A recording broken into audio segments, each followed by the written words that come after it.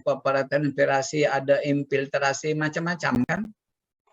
Tapi sumbernya daripada hujan itu adalah evaporasi dengan evapotranspirasi, itu sumbernya kan.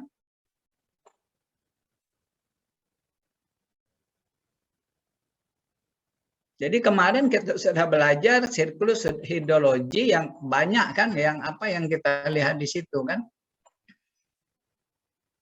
Nah, ini kita detilkan apa yang dikatakan evaporasi ya, apa yang dikatakan evapotranspirasi. Anda sudah tahu sekarang. Kalau evaporasi itu adalah penguapan langsung ya dari sumbernya tanpa perantara, ya kan? Kalau evapotranspirasi itu ada perantaranya. Apa perantaranya? Itu adalah tanaman, ya kan? Jadi kalau Anda berpikir ya, berarti kebutuhan tanaman tersebut itu adalah berapa besarnya, berapa banyaknya ya. Itulah sebenarnya yang namanya evapotranspirasi.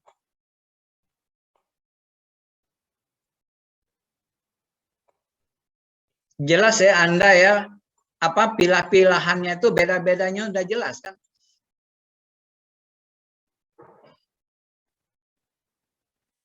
Siapa yang mau bertanya sebelum dilanjutkan?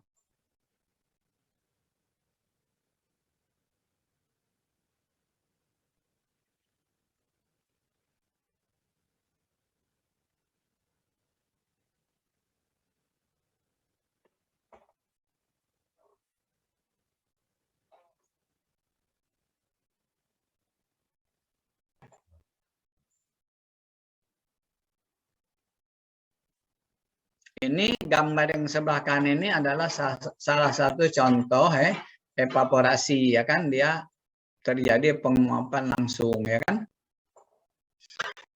Nah, sekarang laju penguapan itu tergantung pada apa?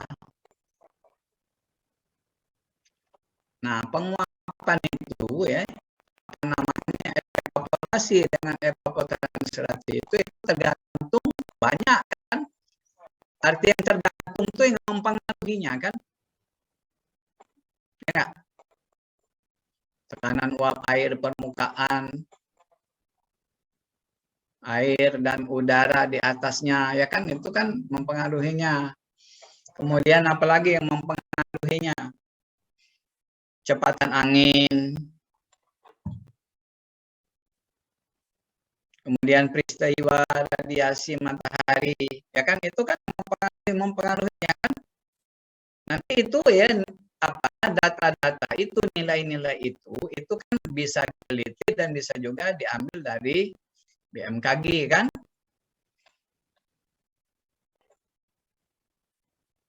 Kemudian apalagi yang mempengaruhinya? Tekanan atmosfer ya kan. Kemudian kualitas air. Tekanan atmosfer tahu kan, kualitas air tahu nggak kualitas? Kualitinya. Airnya beda kan, yang dikatakan kualitas air itu kalau dia air yang yang jernih dengan air yang berlumpur itu berbeda. Boleh Anda cek atau nanti diteliti gitu ya. Kemudian suhu dan air ya. Kemudian ukuran badan air. Maksud ukuran badan air itu apa? Ya kan misalnya kan volumenya berapa besar kan? Dengan radiasi yang sama dengan tempat yang sedikit itu kan besar. Nanti ada bedanya ya. Jadi itu adalah pengaruh yang mempengaruhi itu ya, atau yang mempengaruhinya itu ya 5 macam yang mempengaruhi daripada penguapan itu. Jelas ya?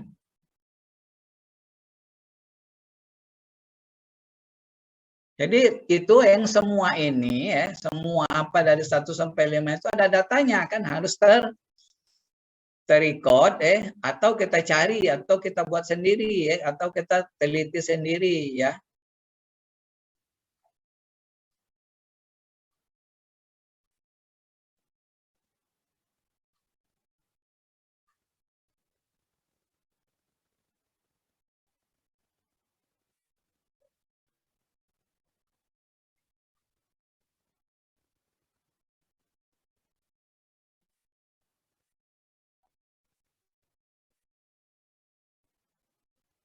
Jadi laju penguapan tergantung pada 1 sampai 5.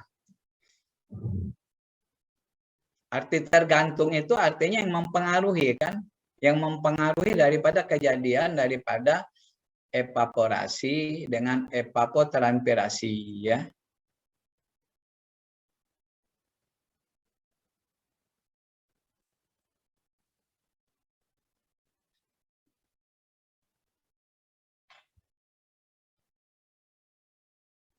Kemudian ada namanya pengukuran evaporasi kan.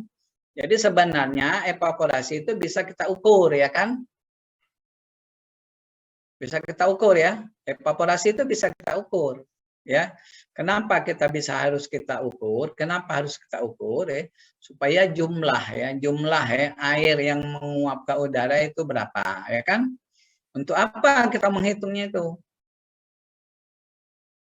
Untuk apa kita menghitungnya? Misalnya kan kita butuh air ya untuk irigasi, misalnya dalam suatu danau yang besar ya kan?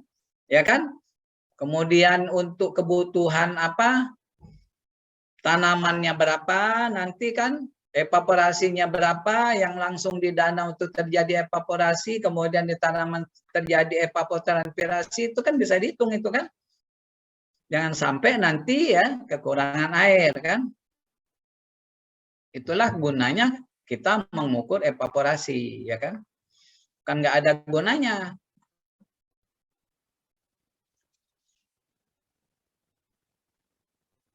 Jadi pengukuran evaporasi ada 3 jenis kan, yaitu penggunaan evaporimeter kan, kemudian persamaan empiris, kemudian menggunakan atau penggunaan metode analitis, ya kan?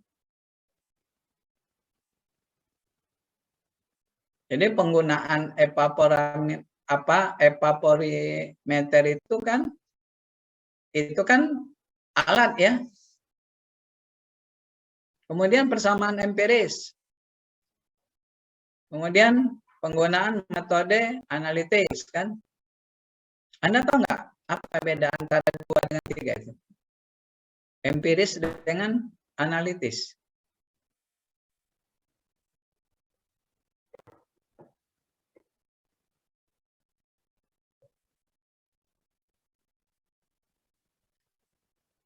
Sudah pernah belum dengar yang namanya empiris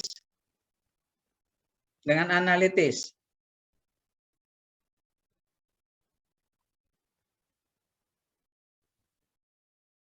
Jadi persamaan empiris itu yaitu ini apa namanya? Itu kan biasanya menggunakan faktor kan, menggunakan faktor. Apa faktornya? Itu tadi yang mempengaruhinya tadi apa faktornya kan? Kalau dipengaruhi oleh apa, berapa faktornya kan? Itu yang namanya kita persamaan empiris kan. Kalau penggunaan metode analitis itu memang benar kita hitung ya enggak? Hitungan apa? Misalnya integral apa dari mana sampai ke mana, fungsi apa.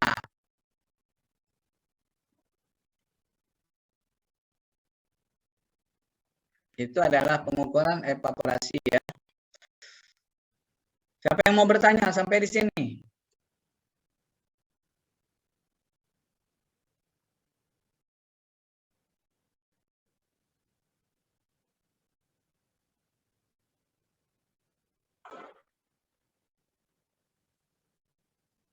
Jadi Anda itu sekarang sudah mengetahui yang namanya evaporasi dengan evapotranspirasi, kan sudah mengetahui, ya kan?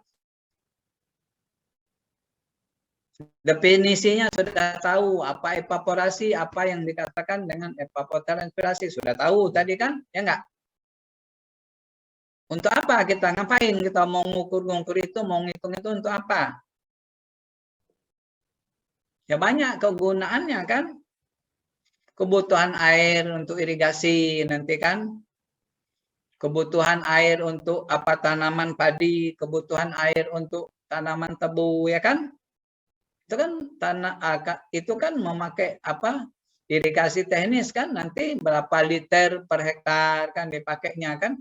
Itu dasar yang itu kan evaporasi kan dan evapotranspirasi.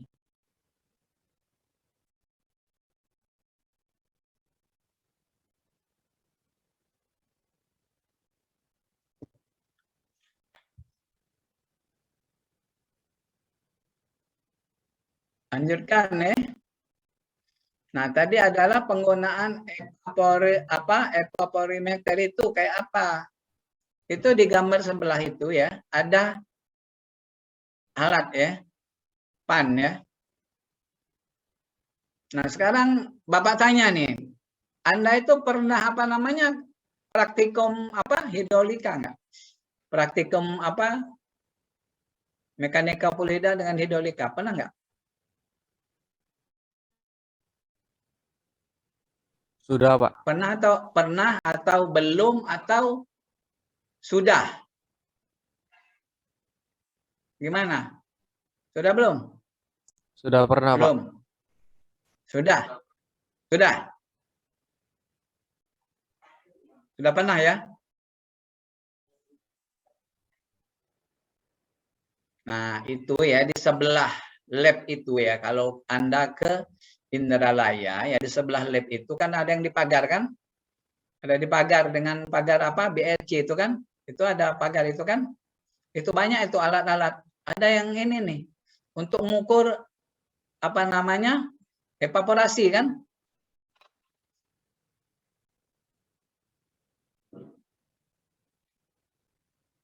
Evaporimeter itu alatnya kan, ya kan? Nah, itu untuk mengukur radiasi apa untuk mengukur daripada evaporasi kan, ya. Itu ada itu. Jadi kayak gini, kalau Anda itu apa ke lab sana itu harus ditanya kan yang barang yang Anda tidak tahu itu tanya ya kan. Itulah fungsi daripada asisten itu kan ditanya. Jadi ini adalah panci yang berisi air ya yang terpapar ke atmosfer ya. Jadi apa namanya ini kan panci kan logikanya tadi kan penguapan kan itu panci ya kan kita isi air kan. Jadi itu bisa kita hitung kan berapa penguapannya ya kan. Pada panci itu berapa penguapannya ya kan. Kemudian berapa temperaturnya. Jadi di situ kita perlu data ya kan ya. Kalau cuman kita tahu penguapannya ini sekian mili nih ya kan, atau sekian senti kan per jamnya kan, tapi data-datanya nggak ada. Gimana kita menganalisisnya?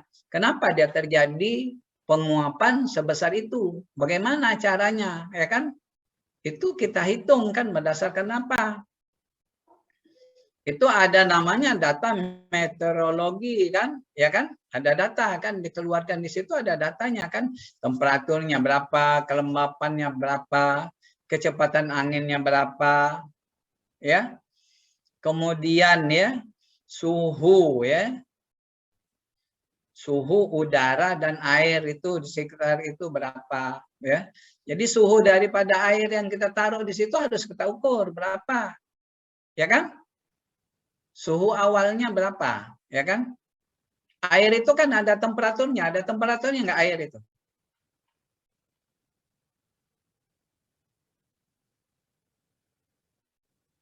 Kemarin kan kuliah kan yang namanya apa? Mekanika fluida atau hidrolika itu kan? Tahu dengan viskositas. Viskositas. Viscosity kan, viskositas kan? Viskositas itu tergantung daripada temperatur kan? Ya enggak? Jadi tidak semua apa air itu temperaturnya sama. Beda-beda kan? Ya kan? Berbeda-beda. Jadi di situ ya sebelum kita lakukan percobaan itu semua data-data itu harus terukur ya. Sebelum dan sesudahnya sudah harus terukur.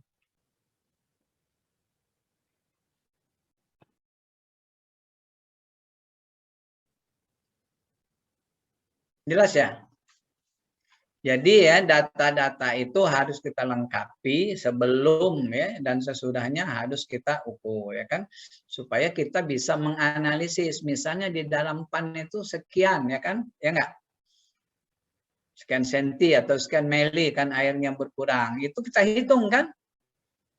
Kenapa? Karena ini kan berbentuk pan ya kan? Kalau dia di lapangan gimana ceritanya? Danau misalnya kan yang luasnya kan 10 hektar kan, berapa penguapannya? Ya kan? Yang jelas kita hitung luas permukaannya berapa ya kan? Areanya tuh berapa, luasnya ya kan? Temperaturnya berapa, kecepatan anginnya di situ berapa, ya kan? Kelembapannya di situ berapa. Nanti kita buatkan ya kan mistar ukurnya kan? Survei, di survei apa namanya pemetaan apa? Survei dan pemetaan sudah kan? Sudah belajar kan? Ya, sudah kan? Sudah belum? Sudah. Nah, itu ada namanya bak ya kan? Bak meteran itu yang kayak mistar besar itu kan. Nah, itu dipasang, itu kan dipasang ya kan di apa?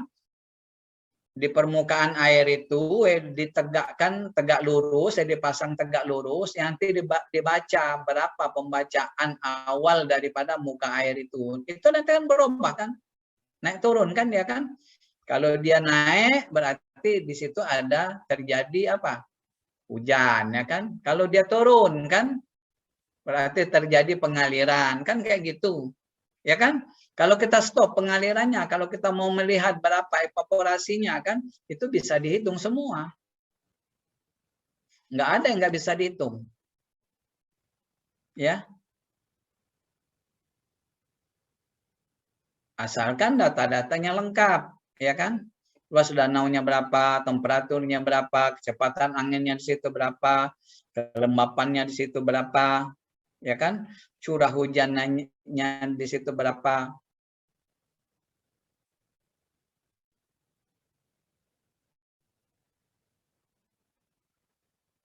Jadi itu kan apa pentingnya kita apa untuk mengukur ya atau untuk menghitung yang namanya evaporasi dan evapotranspirasi ya kan banyak kegunaannya. Nanti Anda mungkin kalau sudah bisa mengukur nanti kan bisa mengeluarkan apa maklumat atau suatu rumusan misalnya ya kan kebutuhan air untuk tanaman padi itu berapa. Kebutuhan air untuk tanaman padi jenis apa itu berapa? Kebutuhan air untuk kelapa sawit itu berapa? Kebutuhan air untuk jagung itu berapa? Kan dari situ. Secara detail kan? Bukannya diduga-duga, bukan. Itu ada cara menghitungnya. Itu namanya Anda itu kan engineer kan?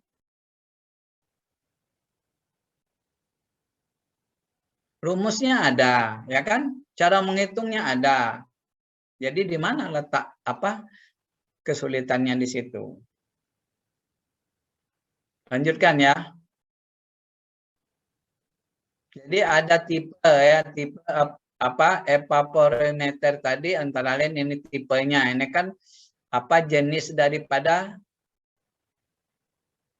pan itu tadi kan untuk apa itu tadi kan ada yang namanya USWB kan kelas A evaporasi pan, ada yang namanya isi standar pan, ada yang namanya Colorado sunken pan ada yang namanya USG S floating pan. Itu berbeda-beda pasti cara menghitungnya. Itu di apa biasanya di alat tersebut ya ada cara masangnya ya kan? Ada data yang mau kita ambil di apa yang kalau kita mau pakai alat itu Kemudian cara meletakkannya di mana itu ada semua petunjuknya. Sama aja Anda punya HP kan itu ada petunjuknya kan. Kalau untuk pakai ini gimana, kalau untuk ini bagaimana, ini sama aja ini kan alat nih.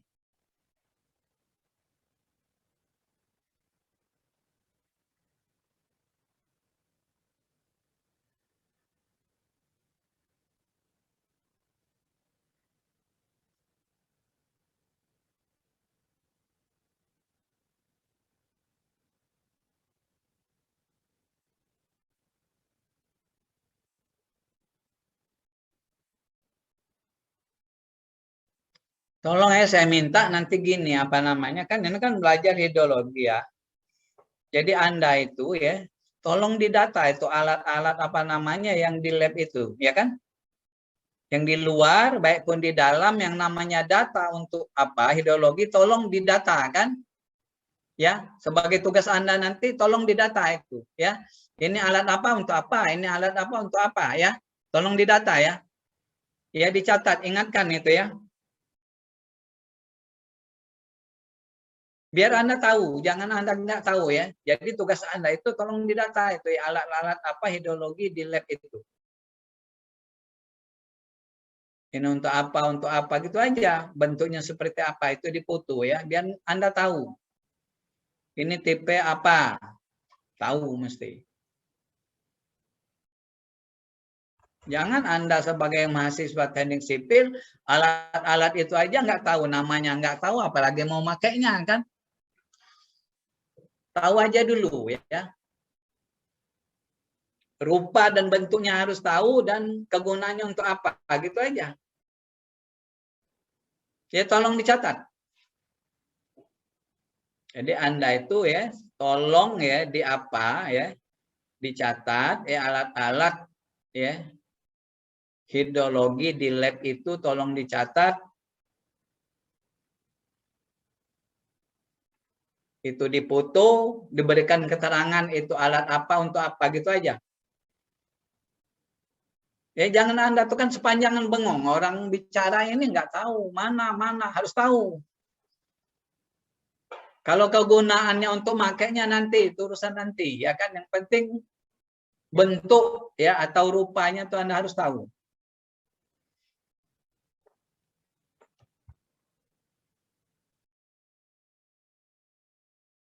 Kemudian yang apa yang 1, 2, 3, 4 itu yang ada itu yang mana? Termasuk jenis mana itu?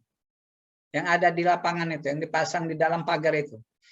Kalau dia dipasang mungkin ada yang ngelepasi atau di mana tempatnya itu dicari itu. Tempatnya itu pasti ada itu.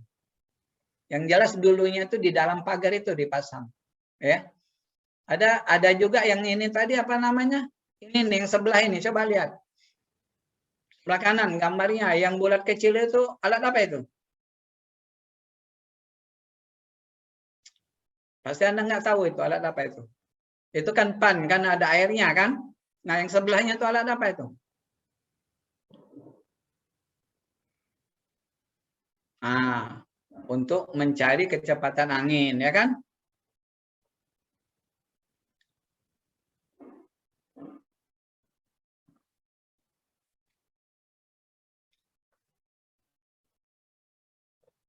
Jadi itu ya tugas Anda kan. Jangan orang nanti temannya atau sama-sama kerja di mana cerita mengenai apa Anda bengong. Ngapain cerita apa itu? Padahal itu kan kerja kita kan.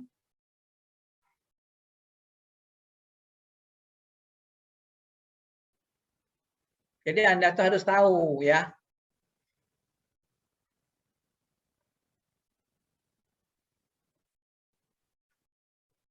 Nah, sekarang apa namanya? Tadi persamaan empiris ya.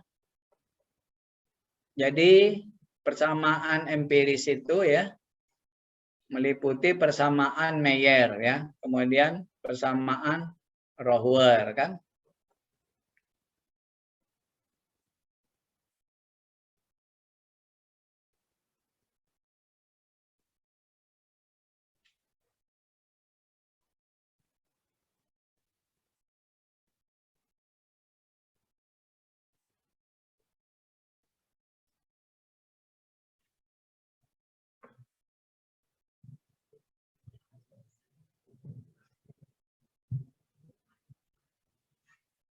Lanjut ya. Nah, sekarang penggunaan metode analitis, ya kan? Kalau tadi kan dibilang apa namanya yang ini tadi adalah persamaan empiris. Kemudian yang ini adalah penggunaan metode analitis. Persamaan empiris meliputi ya. Ini apa namanya persamaan analitis ya. Yang empiris ini apa namanya? Ini diganti ini kan. Persamaan empiris ini ganti dengan analitis ya. Meliputi metode water budget, kemudian metode energy budget.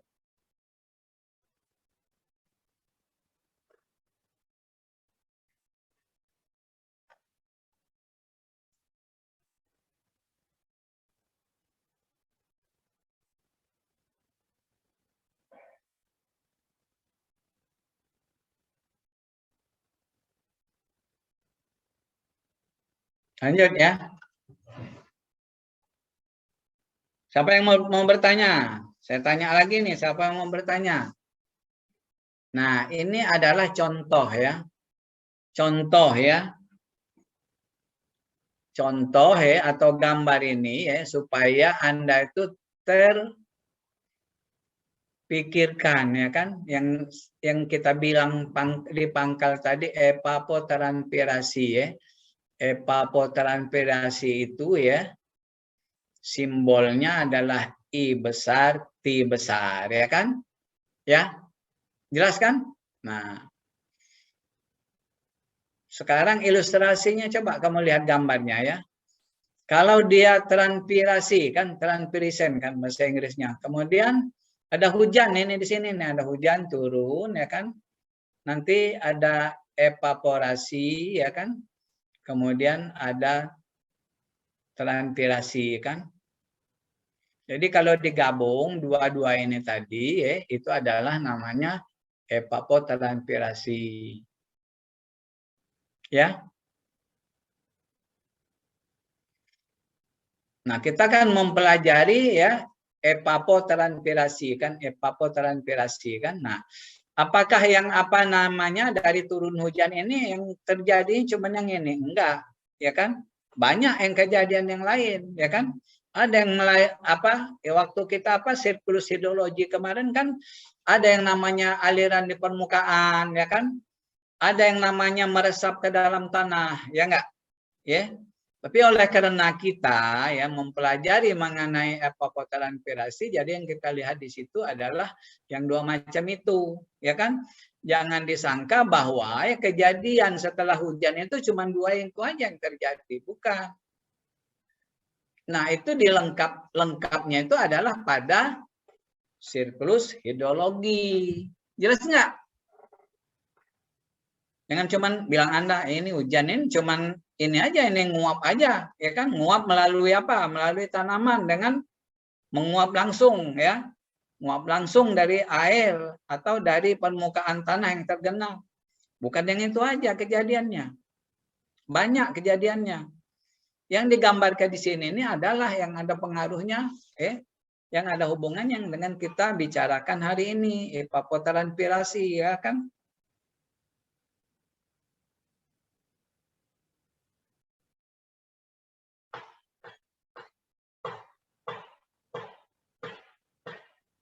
Tapi intinya ya semua yang hujan itu kan yang akan dia terjadi hujan itu akibat daripada evaporasi dengan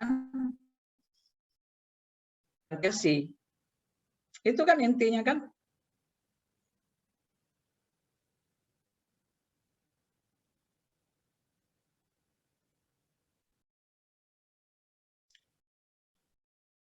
Jadi evapotranspirasi adalah jumlah ya penguapan dari permukaan tanah ya ditambah transpirasi daripada tumbuh-tumbuhan. Berarti evapotranspirasi itu adalah evapotranspirasi ditambah dengan transpirasi, kan tadi udah dijelaskan. Ini kita jelaskan lagi, kan kita perdalam lagi.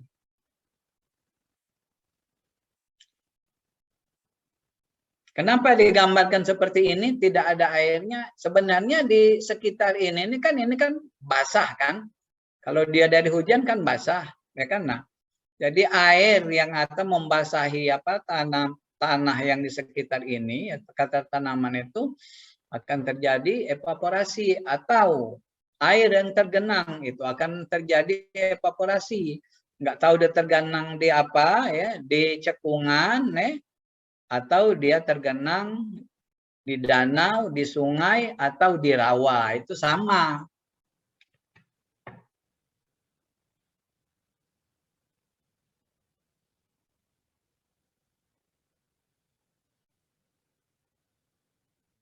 Jadi evapotranspirasi itu simbolnya itu adalah I besar dengan T besar ya.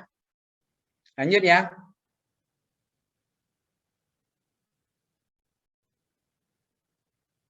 Lanjut. Nah, sekarang kalau kita untuk menganalisa atau untuk menghitung ya.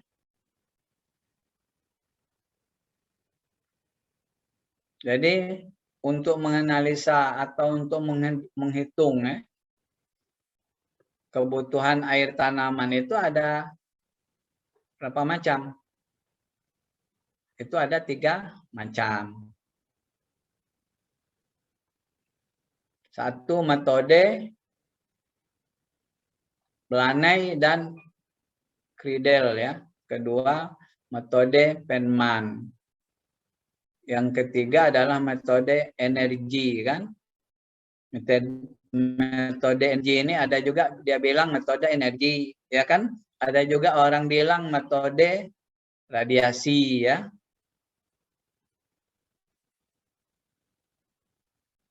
Jadi ada yang bilang misalnya ada metode radiasi sama dengan energi itu ya.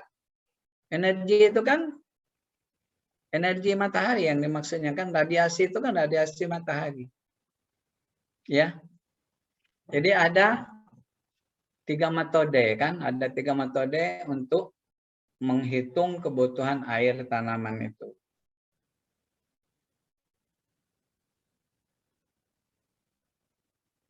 Tadi karena banyak kan yang mempengaruhinya kan, banyak ya enggak?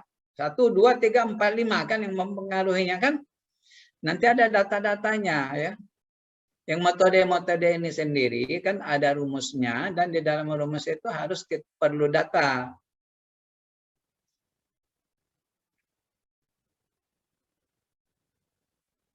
Kalau datanya lengkap, rumusnya ada, tinggal kita masukkan aja dalam rumusnya.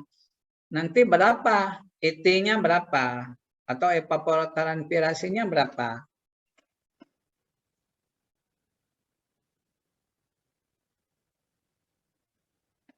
Lanjut ya. Nah, sekarang satu tadi adalah metode Blaney dan Cridel ya. Itu langkah pertamanya apa? Tadi kan langkah pertamanya itu adalah menentukan suhu harian rata-rata, ya kan? Jadi T rata-rata kan? Ya enggak? Bukan kita tentukan yang namanya suhu itu. Kalau di sini kita menentukan kan, bukan kita tentukan. Jelas enggak? Menentukan suhu, bukan kita yang menentukan. Alam kan yang menentukan itu. Dari mana? Data. Data dari mana? Dari alat tadi. Bukannya kita menentukan, yang dimaksud dengan menentukan suhu harian ini, bukannya kita buat-buat itu. Dari yang tadi, dari teori tadi, ya kan, untuk mengukur apa namanya suhu, ya kan, ada, makanya apa, mengukur suhu itu, makanya apa, temperatur, makanya apa, alat apa namanya, lupa.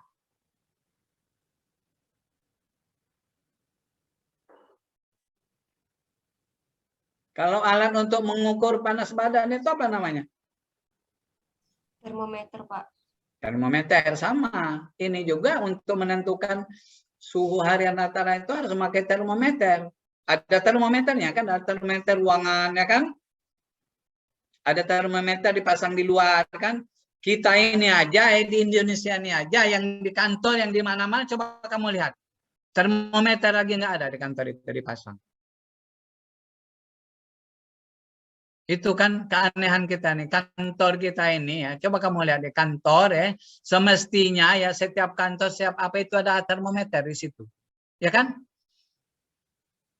Termometer ruangan ada, termometer yang di luar itu ada. Cobalah kamu kalau jalan di luar itu ada itu.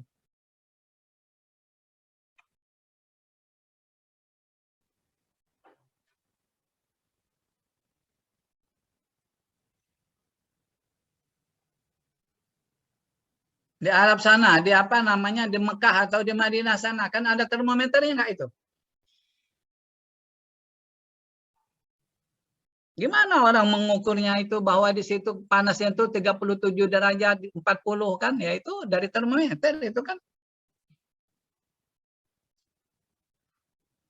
Cuma di Indonesia aja nggak ada yang itu dipasang-pasang, nggak pernah ada dipasang itu. Ya kan? Taunya tanya aja di BMKG segala macam, padahal ya terus terang aja ya di mobil itu ya di kendaraan itu kalau kendaraannya itu lengkap alatnya itu ada itu termometer apa namanya temperatur luar itu berapa, temperatur di mesin itu berapa, ada itu kan. Nah cuman kita ini yang naibnya atau nggak di kantor-kantor itu nggak pernah dipasang. Nah itu kan padahal kita itu perlu ya kan.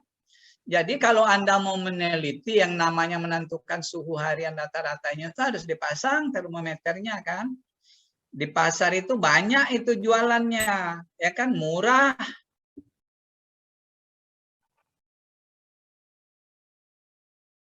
Gimana Anda mau masang bahwa iya atau tidak, bahwa temperaturnya itu besarnya misalnya 28 derajat Celcius.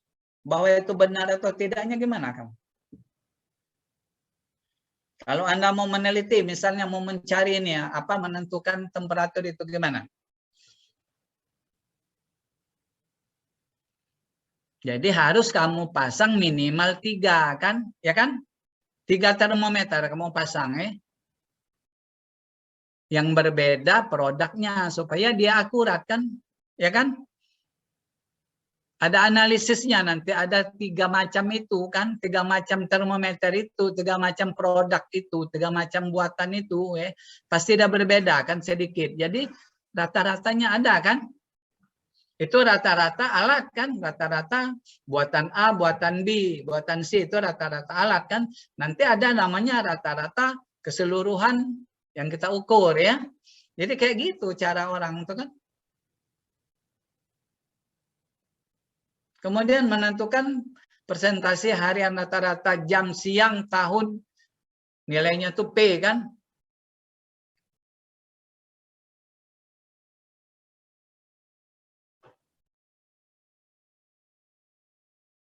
Itu langkah kedua. Langkah ketiga adalah hitung IT0-nya. ITO-nya. Dengan persamaan ini nih persamaannya. IT0 ya. Atau ITO ya sama dengan P kan. P tadi apa? Penentuan persentase harian rata-rata jam siang tahun. Nilainya P. Persentase apa itu?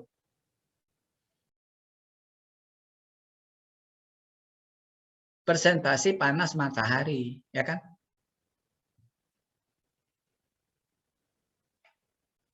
Jadi P ya, IT0 itu sama dengan P, ya kan? Kali 0,46 T rata-rata ditambah 8, ya kan? Ya masukkan aja nilainya kan? Nilai apa? Nilai P-nya berapa, ya kan? Kemudian nilai T-nya berapa? Dapat kan? Itu kalau dia metode Blanet atau Cridel, ya kan? Gampang ya enggak? Rumusnya ada, datanya yang penting kan, datanya kita cari. Kalau tidak ada datanya, kita buat datanya, kita adakan pengukuran. Ya kan? Kan kayak gitu kerjanya orang apa namanya yang sekolah itu, kuliah itu kan seperti itu. Bukan di teori aja ini datanya ini dimasukkan, tapi yang datanya itu dari mana nggak ngerti. Itu kan namanya data ya kan. Anda tuh kan ngitung-ngitung itu cuman angka-angka aja kan. Nah, dari mana sumbernya nggak tahu. Jadi Anda harus tahu ya.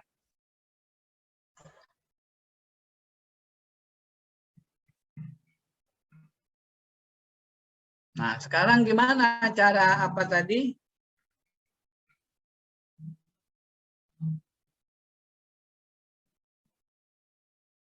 Cara menentukan apa suhu rata-rata, apa namanya penentuan suhu harian rata-rata ya. Rata-ratanya gimana? Jadi metode satu tadi ya, itu adalah metode Blaney-Claddell tadi selalu mengacu pada nilai rata-rata bulanan ya.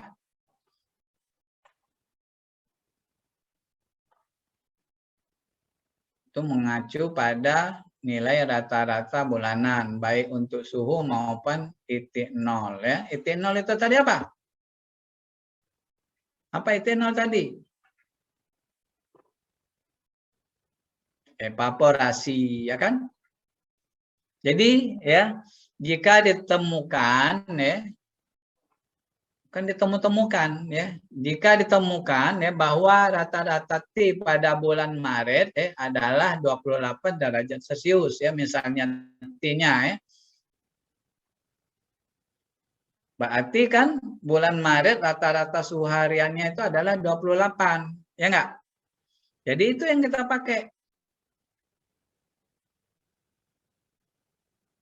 Nah, kemudian kalau misalnya ya di stasiun metodologi ya atau BMKG ya, suhu minimum ada namanya data suhu maksimum apa? Ada data dua macam, ada suhu maksimum dengan ada suhu minimum ya kan? Ada datanya. Jadi kita hitung ya kan? Jadi kita hitung berapa rata-ratanya.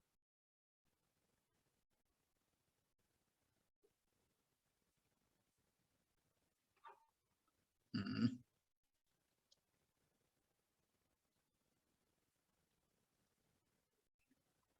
Hmm.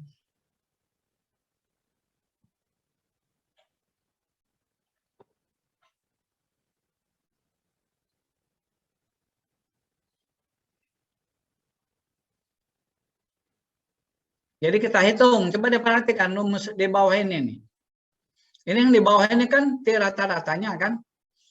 Tadi misalnya ada data kan dari BMKG ya. Ada suhu minimum dan ada suhu maksimum. Jadi kita hitung yang rata-ratanya gimana caranya. Sekarang cari dulu T maksimumnya berapa. Jadi dijumlahkan yang berapa ya? Berapa jumlah daripada T maksimumnya? Dalam satu bulan itu berapa jumlahnya yang maksimum, ya kan? Kemudian dibagi jumlah daripada harinya kan? Itu yang data maksimum. Kemudian ada data minimum, ya kan? Sama ya. Jadi data minimumnya itu dijumlahkan juga kan dalam satu bulan itu kan yang minimumnya. Dibagi juga jumlah harinya kan. Nah, nanti ya T rata-ratanya bagaimana? T rata-ratanya tadi yang T maksimum rata-rata tadi, kemudian T minimum yang rata-rata tadi dibagi dua. Itulah T rata-ratanya. Jelas nggak itu?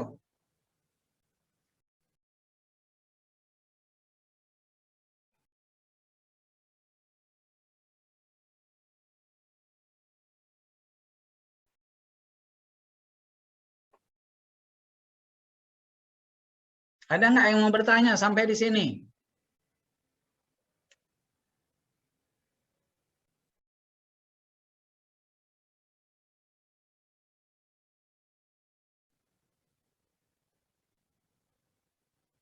Siapa yang mau bertanya sampai di sini?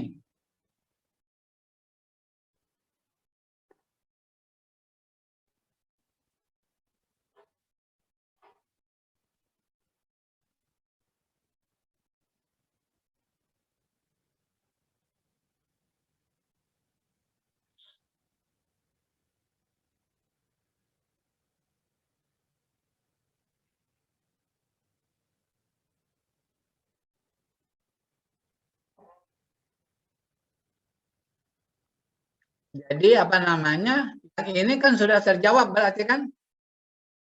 Ya enggak? Ini nih, yang ini. Rata-rata ini sudah terjawab ya enggak? Sudah kan? Ini nih nilai T rata-rata ini sudah terjawab ya enggak? Ini udah ada ini nih kan? Ini konstanta kan 8. Nah, yang belum terjawab yang mana? Ini kan Pi kan? Nah, Pi-nya bagaimana Pi-nya?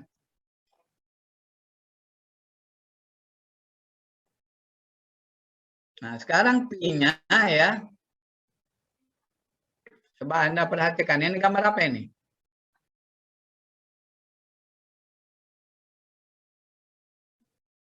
Ini gambar bola dunia kan? Ya kan?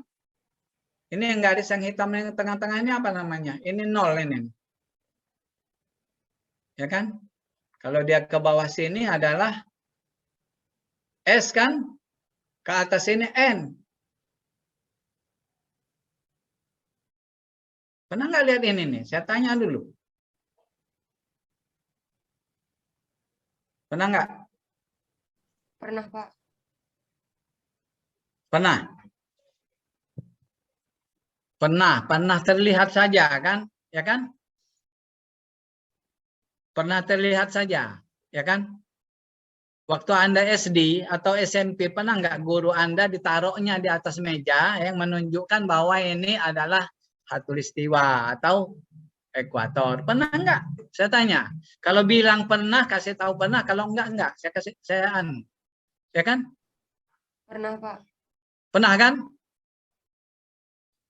Nah, itu dulu kan waktu SD atau SMP ya. Kalau Bapak dulu waktu SMP itu dipelajari yang itu, tahu nggak?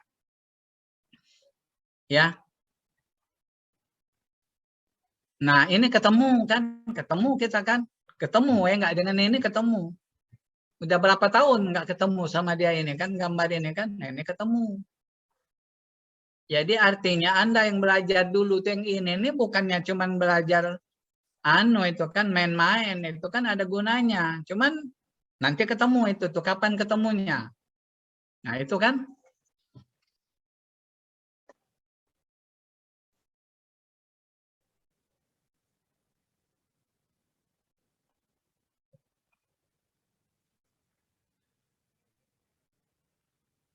ya.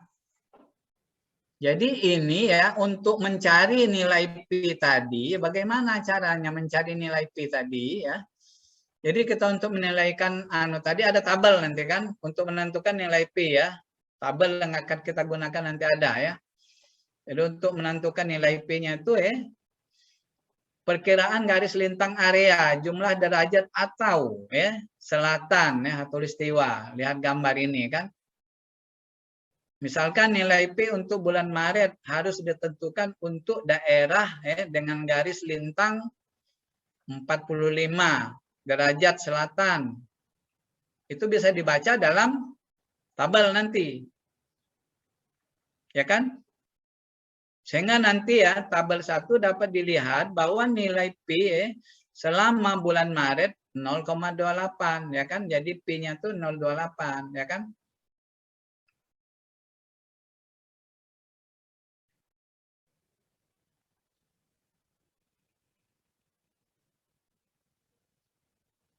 Jadi maksud yang di sini ini apa? Lintang apa yang mau kita lihat-lihat di sini ngapain?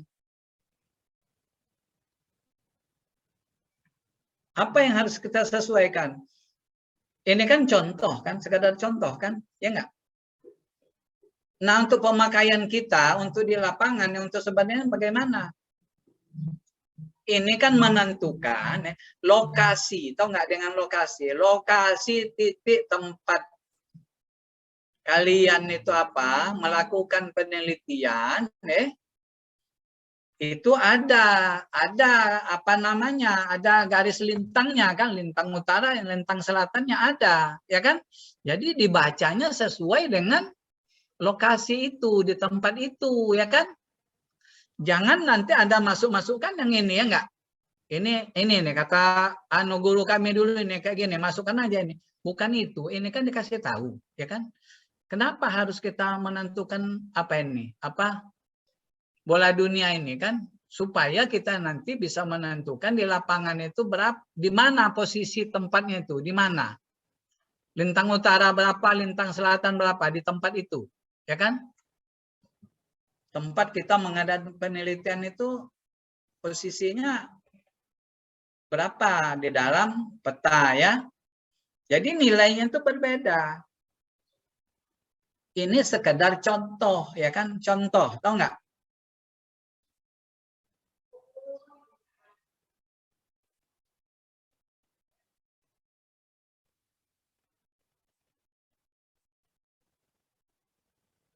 Ini kan dikasih tahu kan, ini gambar kan, ya kan? Nah, gimana?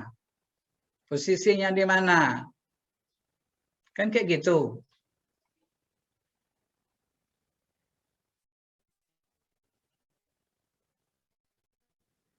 Di masing-masing posisi atau tempat itu berbeda kan?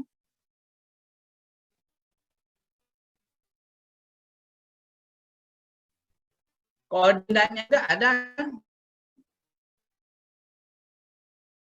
Koordinat kemarin kan koordinat pengambilan data curah hujan itu kan ada titik koordinat kan. Nah, ini juga untuk mengadakan penelitian itu bahwa itu berapa, itu beda-beda ya kan, tergantung dengan lintang utara dengan lintang selatan.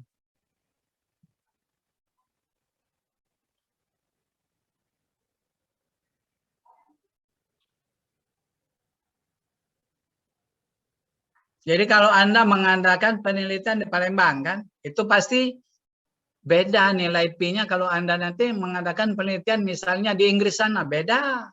Atau di Amerika sana, beda. Di Malaysia sana, beda kan. Mungkin di Lampung sana ya beda. Itu kan sudah lain itu nilainya kan.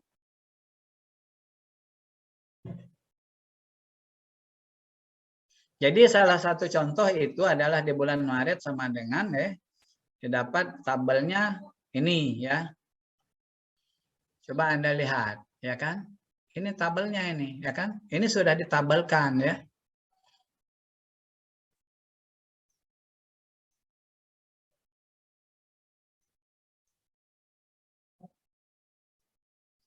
Jadi langkah 2 itu adalah menentukan persentase harian rata-rata jam, siang, dan tahun ya. Jadi ini ada ini apa? Persentase harian ya. Rata-rata pi ya, jam, siang, dan tahunannya untuk beberapa sudut ya. Nah, coba. Kalau dia 60 ya kan? Kalau dia utara selatan.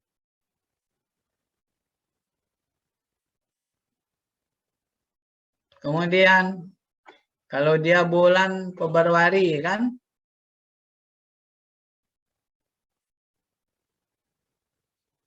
Jadi Januari, Februari, Maret, April, Mei, Juni, Juli, Agustus, September, Oktober, November, Desember.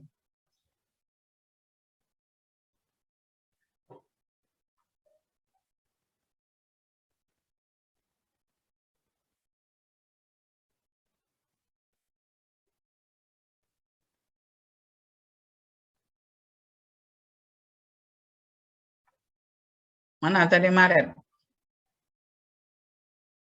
45 kan?28. Tadi kan?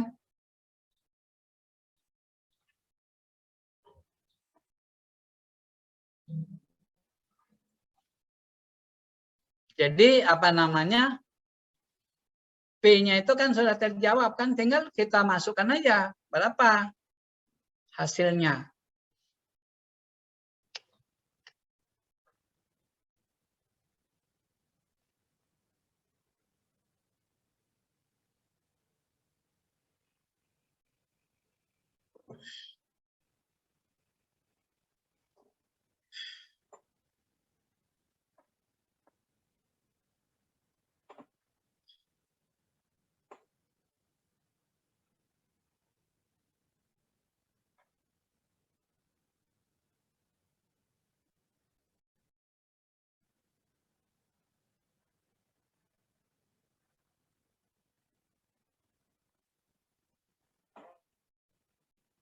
Udah ya, udah di apa ini? Udah dicatat ya, udah semua ya. Siapa yang mau bertanya sampai di sini?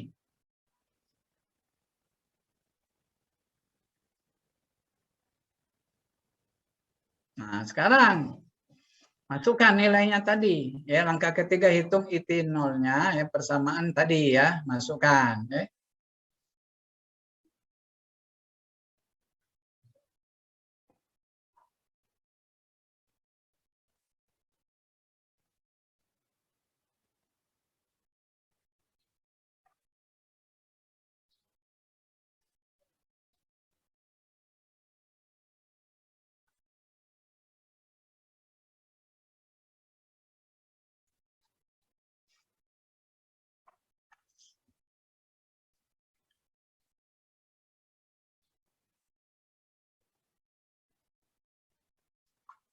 Jadi IT nolnya dihitung sebagai berikut. Tadi, rumus tadi kan dimasukkan aja.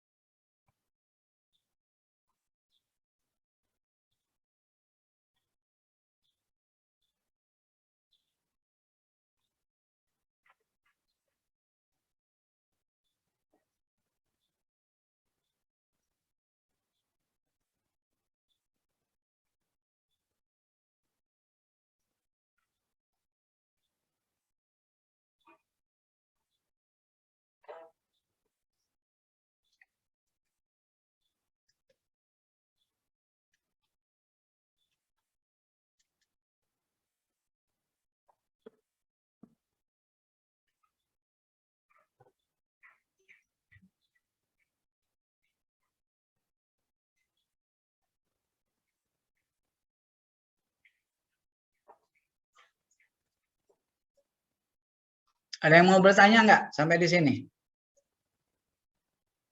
Ini yang apa metode 1 tadi sudah sampai di sini kan? Ya, siapa yang mau bertanya? Kalau belum ada kita lanjutkan. Kita lanjutkan dengan metode kedua ya. Metode Penman, ya kan?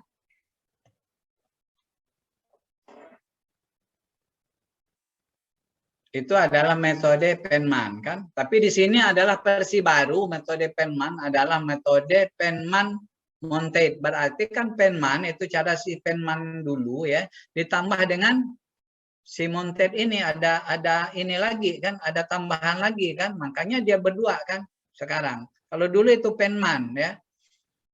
Apa Penman sendiri. Nah, sekarang oleh karena ada penemuan dia baru itu ditambahi dengan Penman Montate kan, ya kan? Misalnya Anda nanti ada apa? Anda mendapatkan sesuatu dan bisa Anda apa?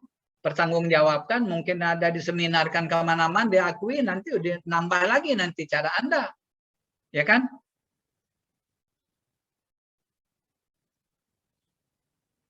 Jadi data yang diperlukan adalah lintang kan? Jadi di apa namanya ini di Penman Montate ini itu data itu yang diperlukan itu ada posisi lintang ya, posisi lintangnya kan.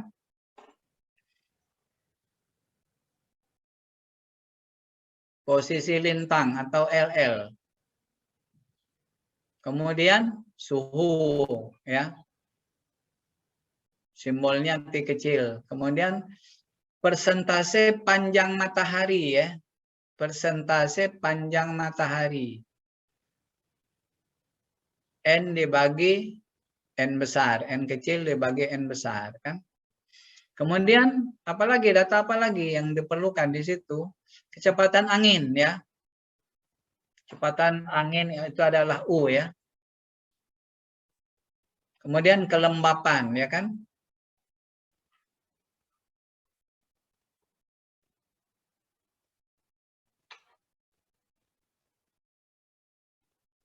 Nah, itu yang diperlukan ya, data-data yang diperlukan metode Penman ya.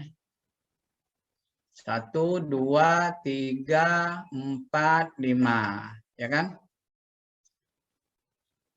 Nah, sekarang bagaimana rumusnya ya kan? Nah, ini rumusnya.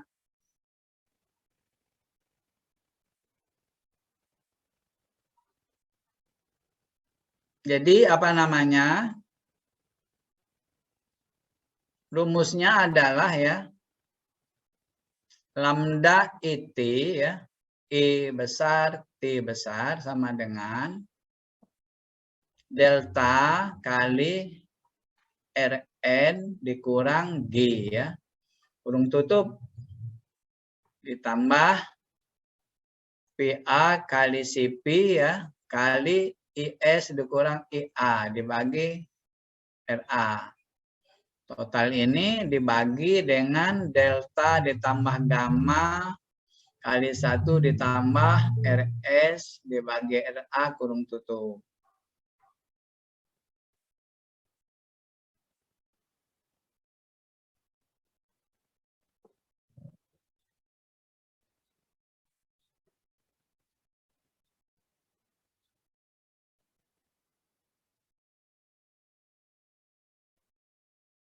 Di mana Rn itu adalah radiasi bersih ya kan. G itu ya adalah peluk panas tanah ya.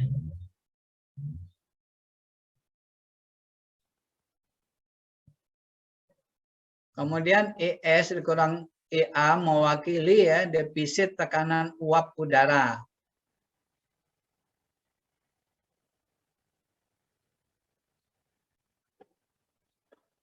Kemudian RA adalah kerapatan udara rata-rata pada tekanan konstan.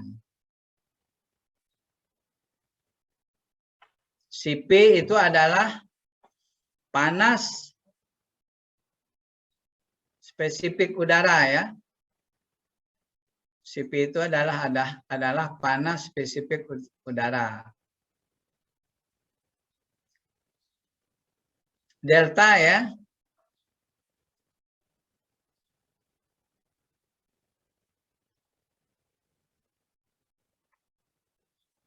Delta yang delta ini simbol delta itu ada di sini dia. Itu adalah mewakili ya, kemiringan hubungan antara suhu tekanan uap jenuh ya. Jadi dia mewakili kemiringan hubungan suhu tekanan uap jenuh. Itu D kan? D itu adalah apa? Delta ini loh.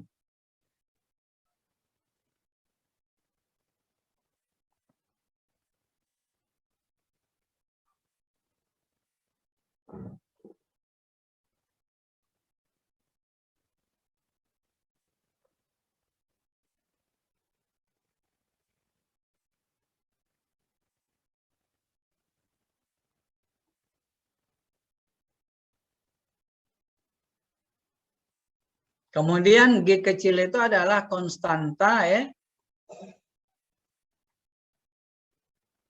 Pisemetrik ya. G adalah konstanta pisemetrik ya. G itu adalah ini loh, apa gamma ini. Gamma ini kan gamma nih, di sini kan G ya. Dan RS ya dan RA ya. RS dan RA adalah permukaan massal dan resistensi aerodinamis. Itu adalah metode Penman. Coba yang mau bertanya sampai di sini.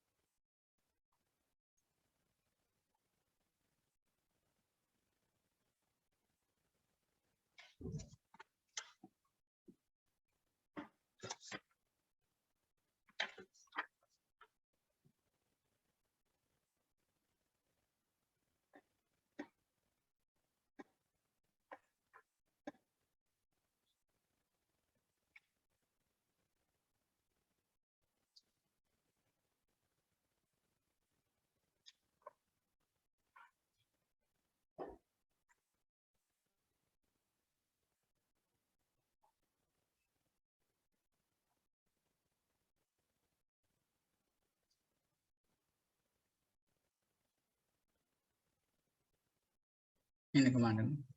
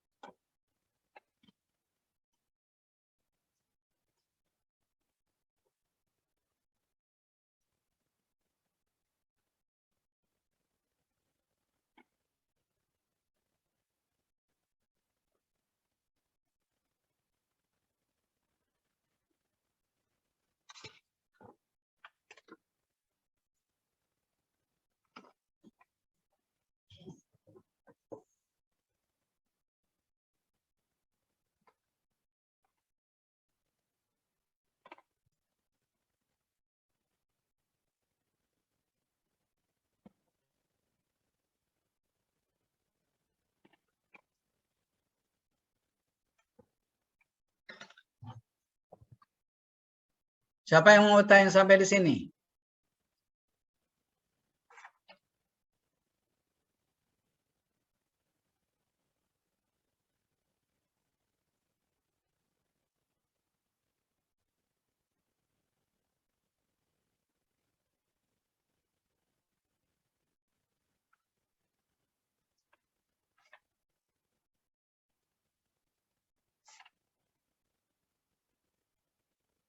Jadi kalau tidak ada yang bertanya ya, kuliah kita sampai di sini dulu. Nanti minggu depan kita lanjutkan, ya kan?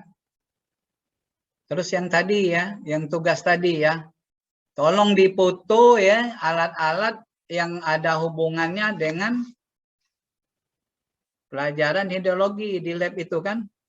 Terus kemudian tambahan apa namanya tugasnya nanti diemailkan kan di ketua kan, di ketua kelas atau koordinasi atau koordinator daripada kelasnya. Jadi kita kuliah kita sampai di sini dulu. Ada yang mau bertanya nggak?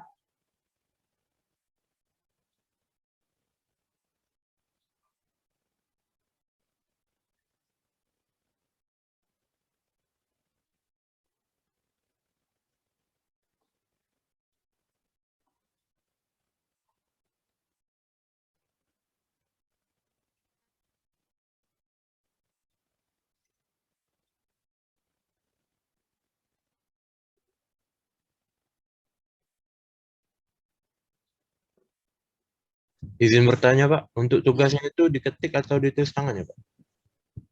Apa yang mana? Yang alat-alat itu, Pak. Yang foto alat. Yang alat-alat itu ditulis tangan, tapi itu fotonya itu dipoto kan? Oh, Ya iya, Pak. kan? Baik, Pak. Tulis tangan di bawahnya kan biar Anda tuh tahu, jangan ditanya nggak tahu. Ya kan? Jadi Anda tuh ya sementara ini tahu dulu kan ini alat apa untuk apa, alat apa untuk apa. Nanti cara makainya nanti urusannya kan. Itu cara makainya tuh ada katalognya nanti dari masing-masing alat itu kan. Jangan Anda nggak tahu, itu harus tahu ya.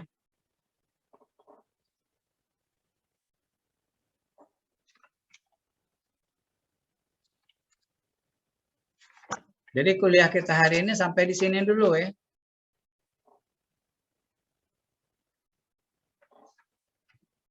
Assalamualaikum warahmatullahi taala wabarakatuh. Waalaikumsalam warahmatullahi